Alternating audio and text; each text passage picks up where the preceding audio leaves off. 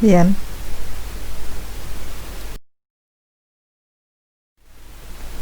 Veremos ahora, dentro de preparación madera, el chipeado. Las chiperas son grandes máquinas que astillan troncos, costaneros, tablas de aserradero. Los troncos se van a alimentar contra el disco a un cierto ángulo y al forzar la cuchilla contra el tronco se arrancan astillas que se separan paralelamente al grano del tronco. Las astillas pasan por las ranuras del disco de la chipera y se descargan por una abertura. O sea que es una máquina muy potente porque necesita mucha potencia, mucha fuerza al motor para poder arrastrar y romper de alguna manera el tronco. Fíjense cómo es el funcionamiento de las cuchillas contra la madera. O sea, a medida que la cuchilla se desplaza dentro de la madera, la fuerza que se ejerce a través del grano supera el límite de fluencia y se produce la fractura. O sea que yo no estoy cortando en dos direcciones para formar el chip o la astilla que vemos ahí, sino que yo corto en una dirección que no es totalmente perpendicular al grano, sino que tiene un cierto ángulo, y en la otra dirección, o sea, a lo largo del chip, a lo largo de su longitud, se produce un rasgado de la madera, que es lo que va a determinar la forma del corte. Ahí tenemos un ejemplo de cómo sería un chip. Vemos que está caracterizado por un ancho, un largo y un espesor, y no tiene una forma totalmente de un prisma totalmente regular, de forma transversal rectangular, sino que tiene una cierta inclinación. Esto se hace de esta manera para no romper tanto las fibras, porque si yo cortara en las dos direcciones tendría muchísima más rotura. Fíjense, ahí está mostrando cómo es a medida que va entrando, ¿sí? cada cuchilla contra el tronco, cómo va formando los chips, y los chips se van desplazando hasta salir por la abertura del disco. ¿Cuáles son las partes de la chipera? Bueno, discos, cuchillas, tobogán de alimentación o tronera, contracuchilla, descarga de astillas, carcasa y después los controles y el motor. Fíjense la entrada de los troncos, fíjense el tamaño relativo, ¿no?, entre lo que es el tobogán de entrada, de alimentación del tronco, con una cierta inclinación, y ahí tiene el disco, las cuchillas, la carcasa, que por supuesto está alrededor de todo el equipo, porque si no estaría disparando chips con una potencia inmensa, que lastimaría todo lo que tiene alrededor. La contracuchilla, que es el apoyo, y la fosa donde van a caer los chips, y la cinta transportadora de los chips hacia las arandas o hacia el silo.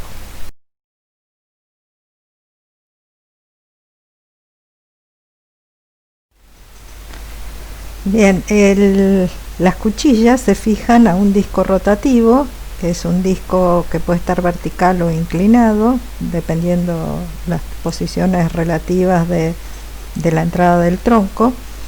El disco es un plato de acero de 8 a 22 centímetros de espesor, o sea, piensen lo que son 8 a 20 centímetros, ¿no? Es una cosa totalmente sólida y fuerte para resistir todo el impacto, ¿no?, del tronco, de la cuchilla entrando en el tronco. El número de cuchillas es de 6 a 16, dependiendo del diámetro de la chipera, su capacidad y la longitud de la astilla, porque hay chiperas de todo tamaño, desde las rechiperas que son chicas hasta chiperas muy grandes, así que bueno, de acuerdo con eso varía la cantidad de cuchillas. y pueden tener una orientación radial o tangencial al disco. O sea que pueden, si son radiales, salen como rayos del centro, y si son levemente tangenciales, fíjense en la figura, en la parte superior, que ahí se ve que no son totalmente radiales, ¿no? Ese ángulo se denomina sweepback. La contracuchilla debe soportar los esfuerzos que se producen al cortar a la madera y debe ajustar perfectamente al tobogán de alimentación. Tiene que ser reemplazable, robusta y de superficie dura. Ahí vemos algunos ejemplos. Vemos el disco y la carcasa.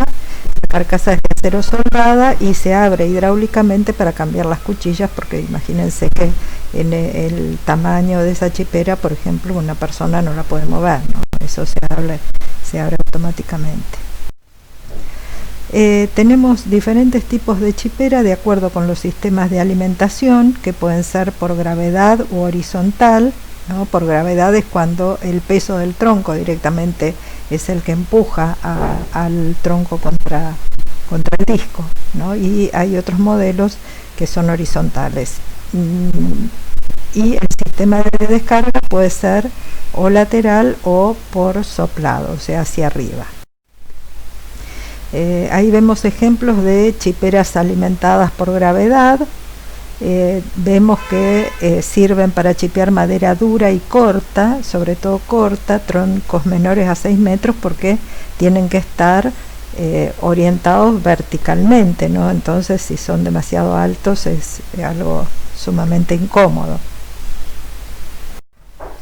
Y ahí vemos una de alimentación horizontal, que es conveniente para cortar troncos largos.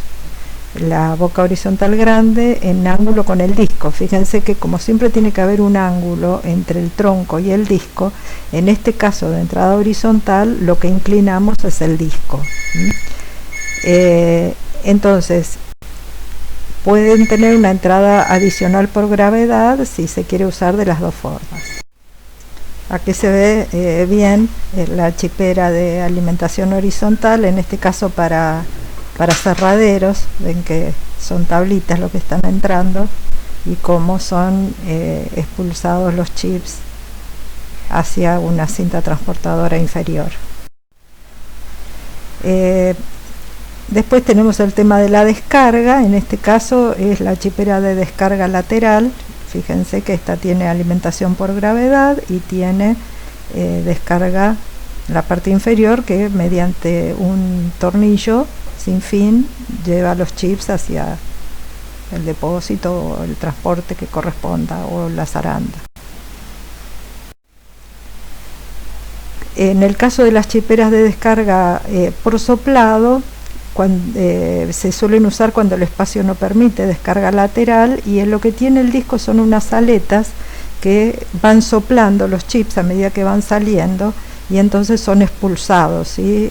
Son expulsados como que fueran soplados hacia por la parte superior.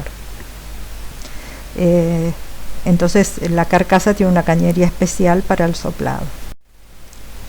Bueno, hay otro modelo. Este es un modelo diferente de chipera, no es la chipera de disco, sino es una chipera de tambor. Fíjense que en este caso los troncos entran en forma perpendicular al tambor. Es un tambor que tiene cuchillas y el efecto de chipeado se va produciendo, digamos, en forma algo diferente, pero según la publicidad de este tipo de chipera dicen que la calidad del chip es más pareja, que producen una menor diferencia de espesores. Se usa bastante en las chiperas portátiles móviles, y ahora se está implementando ya en las chiperas fijas. Ahí por ejemplo muestra una diferencia entre la chipera de disco y la chipera de tambor, ¿sí? Fíjense que es diferente la forma en que entra y en que el ángulo de ataque, digamos, de la cuchilla con respecto al tronco. Bien, Si vamos a la teoría del chipeado con la chipera de disco, la fuerza contra la fibra es menor que la fuerza de corte a lo largo de la fibra. Entonces se producen rajaduras a lo largo del grano, o sea, por el impulso, por la fuerza con que entra la cuchilla, se produce rajaduras y así es como se va abriendo el chip, se va separando el chip. Las cuchillas van arrastrando el tronco hacia el disco, o sea que tienen un efecto de empuje hasta el próximo corte, o sea que entra la cuchilla y empuja hacia adentro el tronco, y a su vez esa fuerza con el ángulo de la cuchilla hace que se rasgue a lo largo del grano. El diseño y dimensiones de la chipera y la calidad de las fibras son de importancia para obtener una alta calidad de astillas. Tenemos variables de la materia prima en el chipeado, como la humedad de la madera, que influye sobre la calidad y las dimensiones del chip.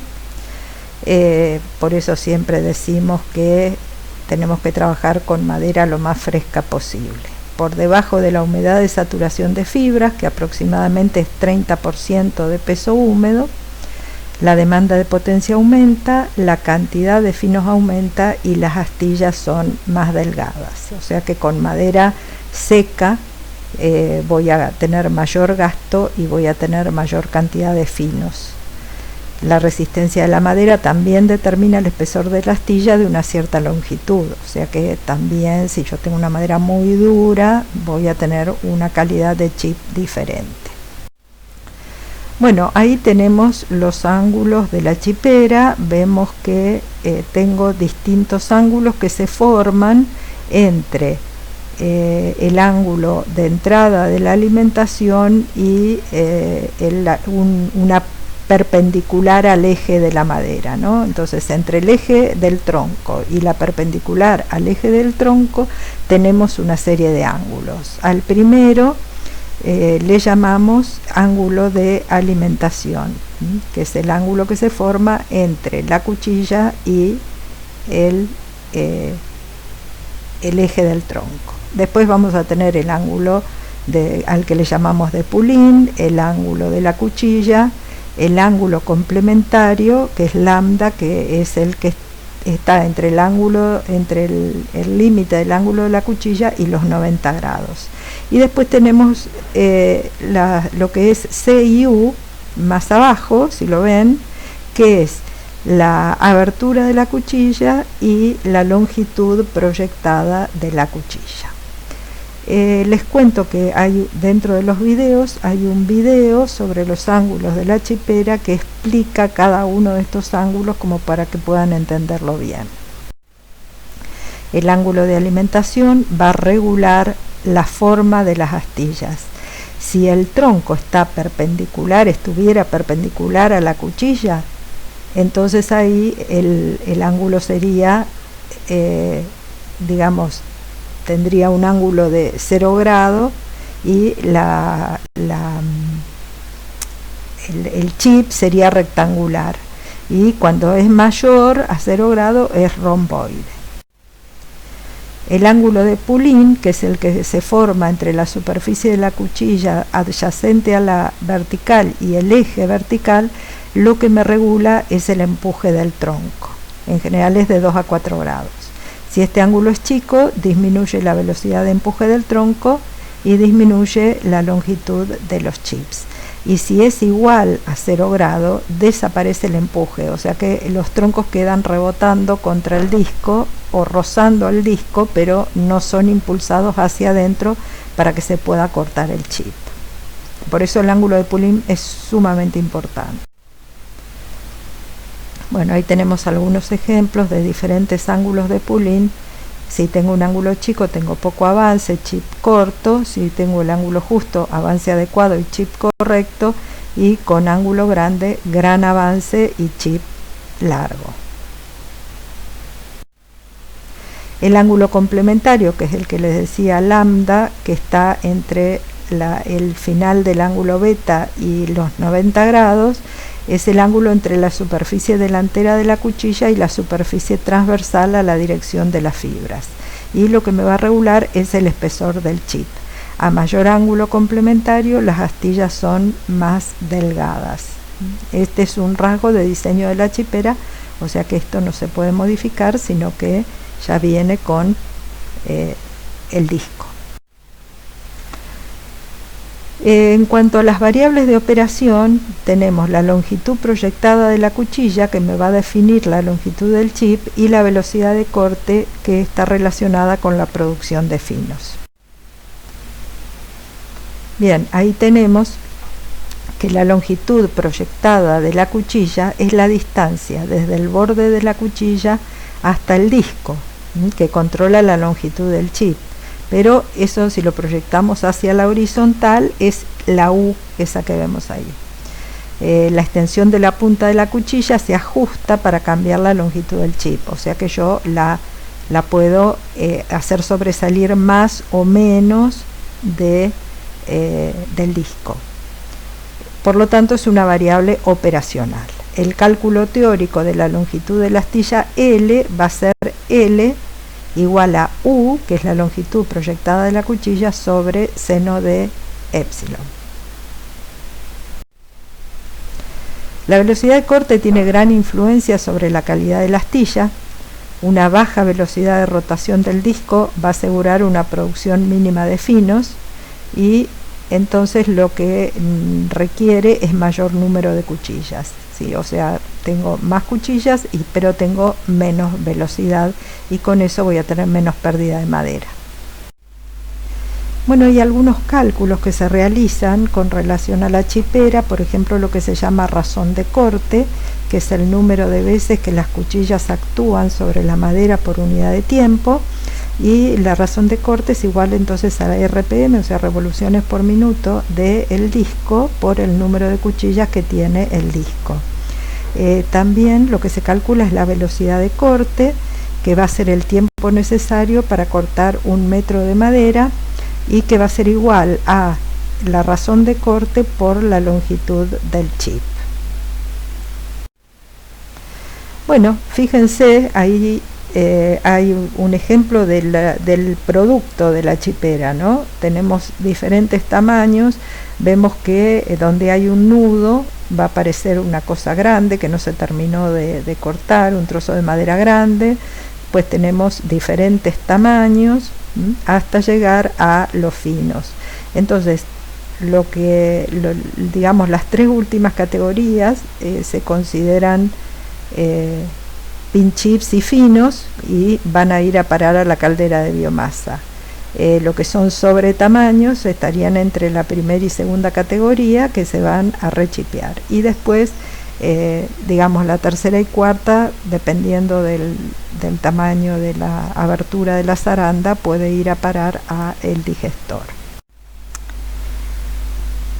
Los chips tienen que tener un tamaño adecuado, porque es importante que permitan entrar en forma pareja, uniforme y rápida los reactivos químicos y el calor hacia el interior, hacia el centro del chip, y también luego salir los productos de la deslignificación. Entonces no pueden tener cualquier tamaño, tienen que tener un tamaño que sea adecuado para cada proceso de pulpado. Por ejemplo, en los procesos alcalinos la deslignificación depende del espesor de la astilla.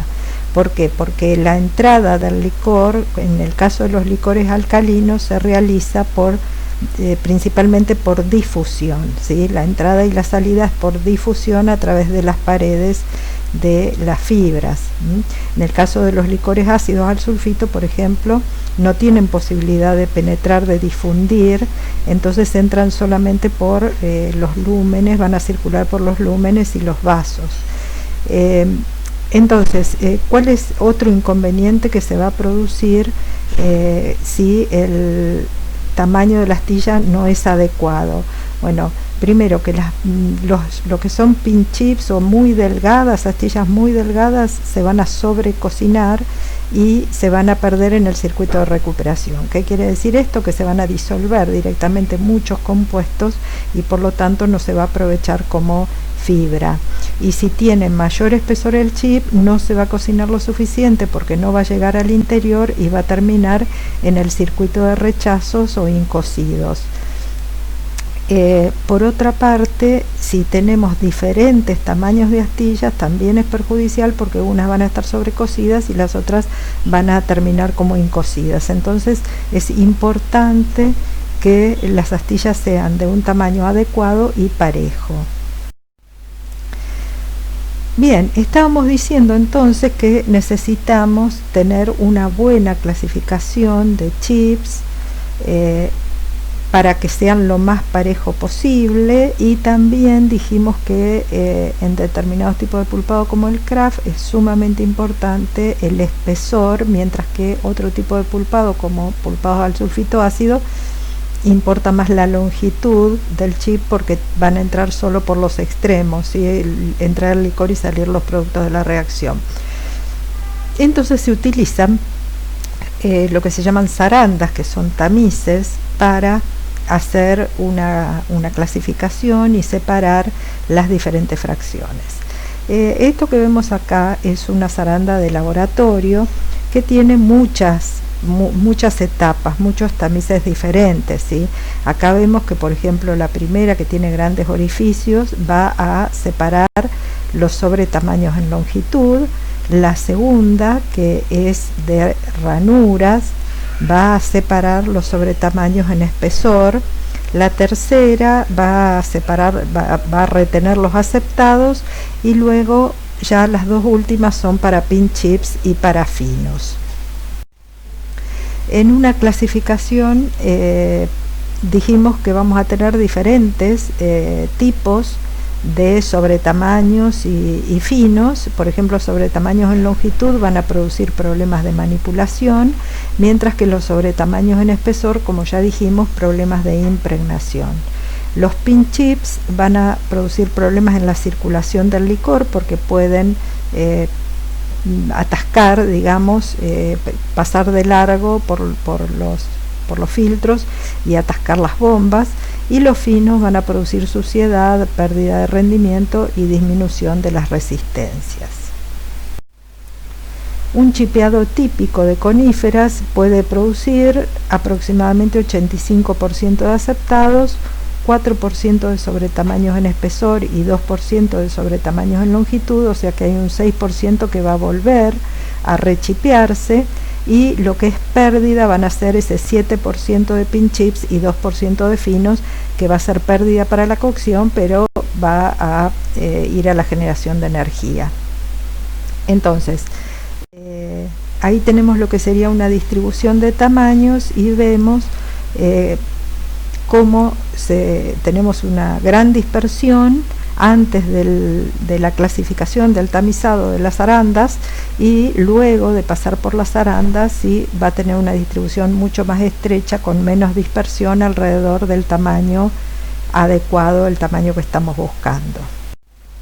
Ahí tenemos algunos modelos de zarandas industriales. Como les dije, hay videos donde se ven el funcionamiento de las zarandas. Les recomiendo que los miren, están en la página del curso. Ahí tenemos otros modelos de zarandas, ¿sí? Ahí se ven los diferentes pisos que van pasando por los diferentes tamices cuando tenemos una mayor clasificación. A nivel industrial, en general, se clasifican en tres, ¿no? O sea, los sobretamaños, los aceptados y los finos, a diferencia de lo que vimos a nivel laboratorio, tenemos una clasificación más como para identificar los problemas de la chipera, entonces necesitamos mayor clasificación. Bueno, hay otros modelos como las zarandas de discos, que también se utilizan como las ranuras para separar astillas por espesor. Tienen un cierto mantenimiento costoso por abrasión, ya que son esos discos que van girando continuamente, y entonces las astillas que tienen tamaño adecuado pasan entre esos cilindros, y las que los rechazos van quedando en la parte superior, los sobre tamaño van quedando en la parte superior y se descargan en el extremo. Ahí tenemos un esquema de este tipo de zarandas. Hay otras que son zarandas de rodillos, que son una serie de rodillos separados por una abertura, todos giran en el mismo sentido y los chips se van moviendo de un rodillo a otro hasta que pasan entre las aberturas, o si no, son descargados en el extremo. Hay zarandas primarias con ranuras en espiral para sobretamaños y secundarias con tipo punta de diamante para pin chips y finos. Acá tienen un esquema, pero también hay un video explicativo donde se ve claramente cómo se realiza la separación.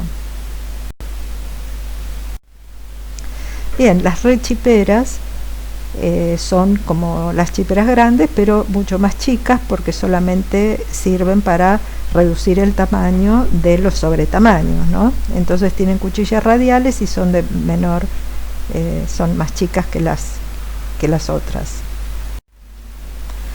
Una vez que tenemos los chips del tamaño adecuado, estos chips son transportados hacia los depósitos, ¿sí? Entonces esto puede realizarse mediante cargadoras frontales, cintas transportadoras a cangilones, también por silos con tornillos recuperadores o sopladores de chips. Ahí tenemos, por ejemplo, cargadores frontales, que son como unas motopalas que van a cargar directamente los chips de la pila de chip y descargarlos en la cinta transportadora que va a llevar los chips al digestor. Ahí tenemos las cintas transportadoras, que como ven se usan para todo y acompañan, digamos, el recorrido de una punta a la otra de la fábrica. Y el soplador de chips, que es el que directamente los impulsa para enviarlos. En general esto se usa cuando se los envía a la parte superior de las pilas de chips. Ahí tenemos un ejemplo de un soplador.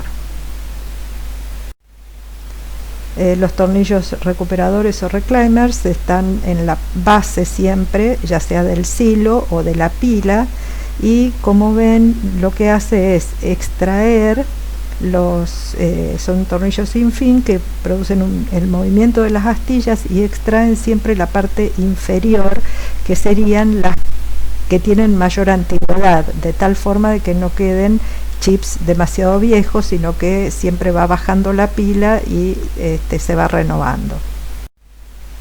Tenemos diferentes modelos de tornillos recuperadores. Bueno, y en cuanto al almacenamiento, tenemos lo más común, que son las pilas de chips al aire libre, y también existen en algunos casos hay los silos de chips, o sea, cubiertos, ¿sí? Pero lo usual es la pila. Ahí vemos, por ejemplo, en la pila de chips que se ve en la figura, está la parte superior donde los chips se ubican en la pila, ¿sí? Son arrojados hacia la pila, y la parte inferior donde están los tornillos recuperadores que sirven para sacar los chips y enviarlos al digestor. Ahí tenemos dos modelos diferentes de silos y la pila con el recuperador.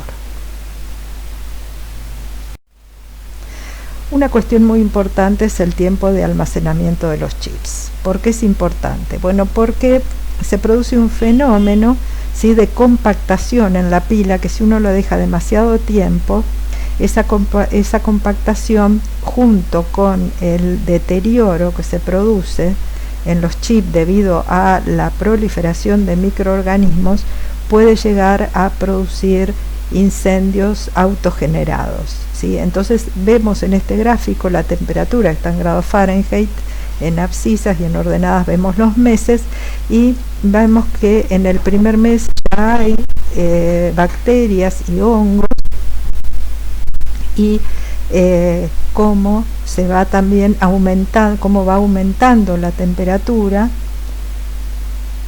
de la pila de chips, y si la pila tiene una alta compactación, cómo sube rápidamente la temperatura hasta llegar al potencial de fuego.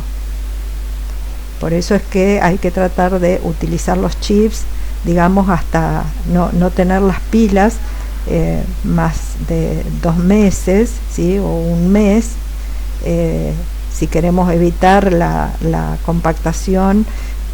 Un mes es lo más adecuado, y ya más que eso es peligroso. Dijimos al principio que la fábrica puede comprar chips además de troncos. En ese caso, entonces, hay que realizar lo mismo que se realizaba con los troncos en la entrada de la fábrica, o sea, llega el camión cargado de chips, y lo que se hace es pesarlo. Se pesa el camión, el peso del camión a la entrada y la salida me va a dar el peso de chips que descargó, y por otra parte se mide el volumen para calcular la densidad de la madera que está entrando. En este caso vemos que hay un chip meter, de la misma manera que teníamos el lector de troncos con láser, pero en este caso con chips. Está ese puente que hace un barrido con un láser de la caja del camión, y entonces puede saber las zonas vacías y las zonas ocupadas por sólido, y de esa manera calcular el volumen sólido automáticamente, ¿sí? Si no, se hace como habíamos dicho, directamente se calcula el volumen de la caja y se supone que ese es el volumen de los chips, que multiplicado por o sea, va a ser un volumen estéreo que multiplicado por un factor me va a dar el volumen sólido. En ese caso, las descargas de los chips, fíjense que hay como un brazo hidráulico que va a subir, inclinar el camión, que se descarga por la parte inferior a un depósito que está en un piso inferior al que está el camión, ¿no es cierto? Y de ahí, bueno, va a ser transportado por diferentes formas a la pila. Ahí tenemos cómo funcionan. Creo que hay un video donde también se muestra la descarga de los camiones. Bueno, en el caso de las pulpas de alto rendimiento hay una diferencia. ¿Por qué? Porque las características físicas de la madera son reflejadas por la pulpa, entonces es muy importante el color, que tiene que ser claro, la densidad media baja, por el tema de los refinadores, un bajo contenido de extractivos porque no hay acción química, entonces para que no se genere pitch, mínimo estacionamiento, máxima humedad, mínimos defectos y máxima limpieza. Bueno, el tema de la limpieza en este caso es sumamente importante, dado que los chips van a pasar por los refinadores, y es importante que los discos de los refinadores, las placas, no se dañen. Entonces, lo que se hace como etapa adicional, que no tiene un pulpado Craft, es el lavado de los chips. Hay equipos de lavado, en general por flotación, en los cuales los chips entran en agua, tienen un cilindro con paletas que los va moviendo y los va descargando en un tornillo, en el cual se van escurriendo los chips, van ascendiendo, y el agua con suciedad va saliendo, pasa por un hidrociclón que tiene una trampa de arena, y el agua es recirculada a la parte inferior del sistema de lavado. Entonces esa entrada de agua forzada hace que ascienda, digamos, que se produzca el movimiento de los chips en el lavador. Y por último, en todos los casos vamos a tener el transporte al digestor o al refinador, que va a ser por cinta transportadora, y va a tener también sus mediciones de peso, de humedad, para tener ajustado la cantidad de chips que entran y poder después realizar los cálculos de rendimiento, etcétera.